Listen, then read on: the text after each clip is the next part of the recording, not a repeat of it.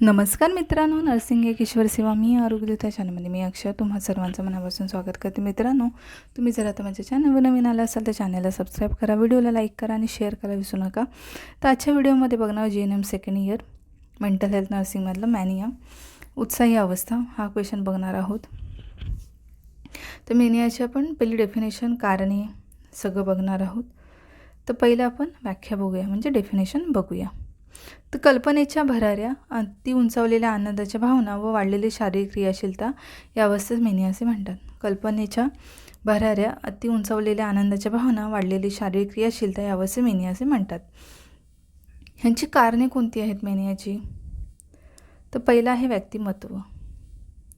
मनमोकळ्या आनंदी स्वभावाच्या व बहिर्मुखी व्यक्तिमत्वाच्या व्यक्ती मेनियाला बळी पडण्याची शक्यता असतात. मनमोकळ्या आनंदी स्वभावाच्या व बहिर्मुखी व्यक्तिमत्वाच्या व्यक्ती ज्या आहेत त्या काय होतात, मेनियाला बळी पडण्याची शक्यता असते. अनुवंशिकता, यामध्ये एक बीज जुळे जवळपासच्या नातेवाईक असतात, आपले रिलेटिव्ह असतात, त्यांच्यापैकी कुणाला मेनिया असल्यास. शरीर प्रकृती, मेदप्रधान व्यक्तीचे प्रमाण जास्त आढळते, म्हणजे फॅटी जी लोक असतात ते म्हणजे हे असतात, मेनिया असतो, त्यांना होऊ शकतो. वय 30 ते 45 वयोगटामध्ये जास्त प्रमाणात आढळतो मेनिया. बायोकेमिकल्स, ठीक आहे, बायोकेमिकल फॅक्टर्समध्ये मेंदूच्या न्यूरोट्रान्समिटर्समध्ये दोष निर्माण झाल्यास मेनिया होऊ शकतो. ही कारणे झाली आपली. आता चिन्ह लक्षणं बघूया. साईन अँड सिम्पटम्स कोणती असतात, मेनिया कशावरनं ओळखायचा की हा मेनिया आहे? तर हा प्रश्न 15 मार्कामध्ये पण तुम्ही लिहू शकता. जर तुम्हाला प्रत्येक वेगवेगळं लिहिलं तर 5 मार्काला आला तरीसुद्धा लिहू शकता. 15 मार्कामध्ये विचारता डेफिनेशन लिहा, कारणे लिहा, चिन्ह लक्षणं लिहा, उपचार व परिचर्या लिहा, त्याच्यामध्ये सगळं आले. 5 मार्काला आलं तर यातले थोडक्यात तुम्हाला लिहायचं आहे. उपचार परिचर्या लिहायची गरज नसते. चिन्ह लक्षणं, मेनिया ची डेफिनेशन आणि कारणं लिहू शकता. शारीरिक लक्षणं, चिन्ह लक्षणांमध्ये पहिला आहे शारीरिक लक्षणे. फिजिकल सिम्पटम्स कोणते आहेत? तर या व्यक्ती अतिशय कमी झोपतात मेनियाच्या. बाकी वेळात सतत काही ना काही काम करत असतात. एक काम पूर्ण होण्याअगोदर दुसरे काम हाती घेतात, परिणामी त्यांच्याकडून एकही काम पूर्ण होत नाही शारीरिक लक्षणांमध्ये, ठीक आहे. अशा व्यक्तींकडून बँकेची, सरकारची तसेच कोणत्याही व्यक्तीची आर्थिक फसवणूक होण्याची शक्यता असते. तसेच या व्यक्तीने अनेक प्रेम प्रकरणे असं स्वतःला गुंतवून ठेवतात. जे मेनियाची व्यक्ती असतात त्या काय असतात, जे आहे त्यांची आर्थिक फसवणूक होऊ शकते, ठीक आहे. तसेच या व्यक्तींची अनेक प्रेम प्रकरणे असं स्वतःला गुंतवून ठेवतात. इतरांच्या भानगडीत स्वतः लक्ष घालणे हा मूळ स्वभाव असल्यामुळे आपल्या इच्छेनुसार सर्वांना उपदेश करत राहतात. या व्यक्तींना आपण स्वतः कोणताही अशक्य गोष्ट सहजासहजी करू शकतो. किती अडथळे आली तरी आपण ते यशस्वीरित्या पार करू शकतो असा पोकळ आत्मविश्वास असतो. या व्यक्तींना काय असतं, तर आपण स्वतः कोणतीही अशक्य गोष्ट जी आहे, इम्पॉसिबल गोष्ट जी आपण सहजासहजी करू शकतो, किती अडथळे तरी आपण यशस्वीरित्या पार करू शकतो असा पोकळ आत्मविश्वास असतो. या व्यक्ती पैशांची उधळण करतात, इतरांना पैसे वाटणे, देणगी देणे इत्यादी. मानसिक लक्षणं कोणती आहेत त्यांच्यामध्ये? सायकोलॉजिकल सिम्पटम्स कोणते आहेत? तर एकाच वेळी मनामध्ये अनेक कल्पना असतात ह्या व्यक्तींच्या. कल्पनाप्रमाणे ते वागत असतात. उदाहरणार्थ हातवारे करणे, भाषण देणे, मोठ्या लोकांच्या ओळखी सांगणे. मानसिक लक्षणं यांची कोणती? तर एकाच वेळी अनेक मनामध्ये कल्पना असतात व या कल्पनांप्रमाणे ते वागत असतात. उदाहरणार्थ हातवारे करणे, भाषण देणे, मोठ्या लोकांची ओळखी सांगणे. त्याच्यानंतर असंख्य कल्पनांची मनामध्ये गर्दी झाल्यामुळे तोंडातून अखंडपणे शब्दांचा जो प्रवाह सुरू असतो. बोलता बोलता एका कल्पनेवरून दुसऱ्या कल्पनेकडे किंवा एका विषयाकडून दुसऱ्या विषयाकडे चटकन वळतात व पुन्हा तेच बडबडत राहतात हे लोक. बऱ्याच रुग्णांना आपण एकाग्र होऊ शकत नाही याची जाणीव असल्यामुळे ते विचारांवर ताबा ठेवू शकत नाहीत. त्याच्यानंतर भावनिक लक्षणे, इमोशन सिम्पटम्स. अशी व्यक्ती सदा आनंदी असल्यामुळे आनंदाच्या भरात थट्टा विनोद करतात. शरीराच्या वेगवेगळ्या हालचाली अंगविक्षेप करून इतरांना हसवतात. उदाहरणार्थ चालता गुडघ्यात वाकून व मान वर करून शिट्टी वाजवणे, स्वतःला पूर्ण व्यवस्थित येत नसलेले गाणे म्हणत नाचणे इत्यादी हे लोक करू शकतात. त्याच्यानंतर हे लोक सतत उत्तेजित झालेल्या भावनामुळे यांची भूक मंदावलेली असते. या तरुणांची लैंगिक भावना सहज उद्दीपित होणारी असल्यामुळे नको त्या भानगडीत अडकतात ही लोक. स्वतःचा अपमान करून घेतात. अशा वेळी इतरांना त्याला अडकवल्यास अथवा अपमान सहन न झाल्यास हिंसक बनतात व पुढच्यांवर चालूनही जाऊ शकतात अशी लोक मेनियाची.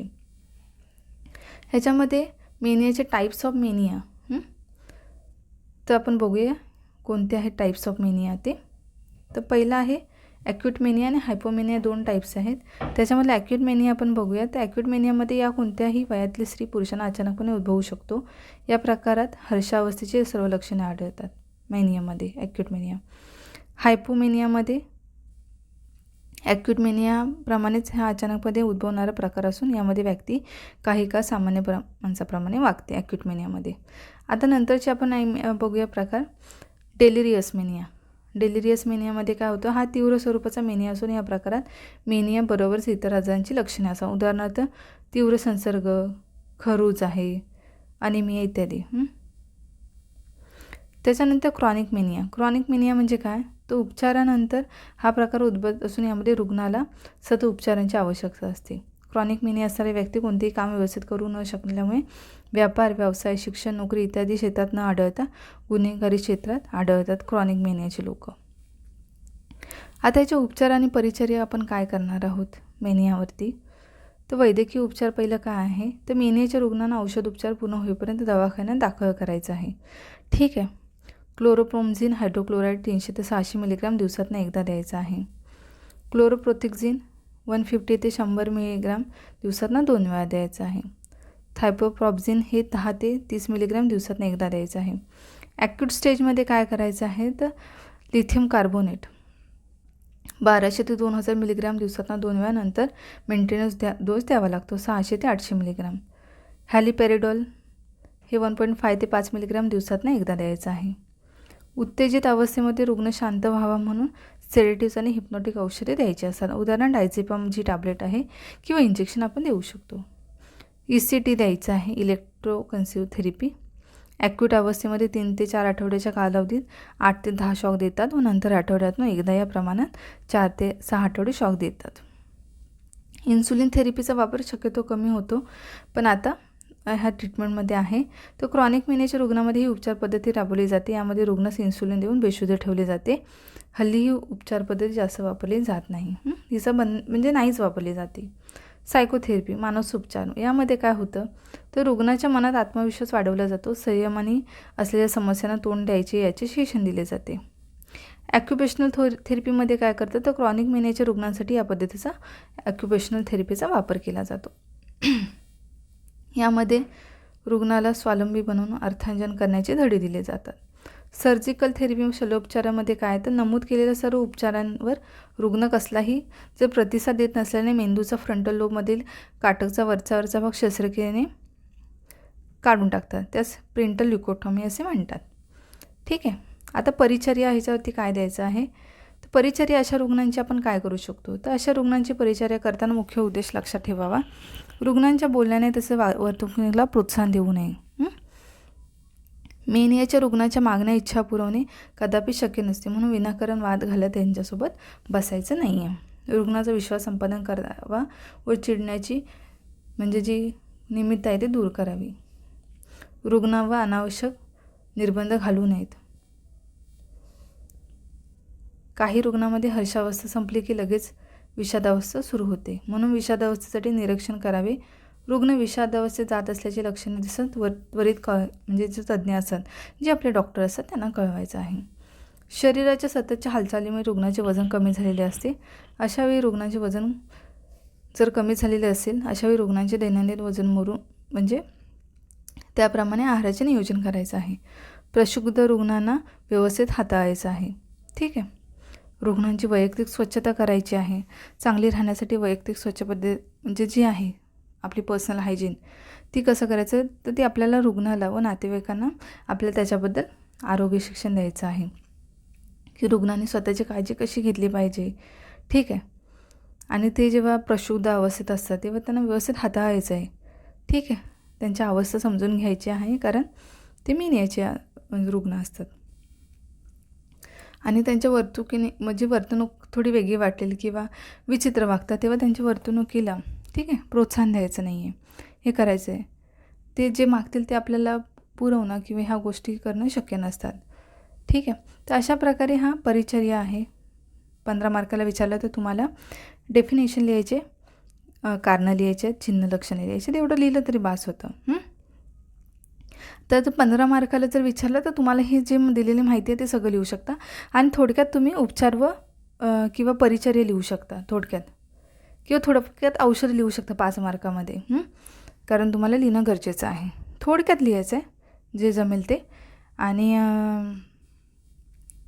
तुम्हाला डेफिनेशन, कारणे, चिन्ह लक्षणे लिहिणं गरजेचं आहे. तर हा महिन्याचा आजचा हा व्हिडिओ होता. लवकरच भेटू आपण असेच महत्त्वपूर्ण व्हिडिओ घेऊन. तोपर्यंत काळजी घ्या, मस्त राहा, स्वस्थ राहा. धन्यवाद.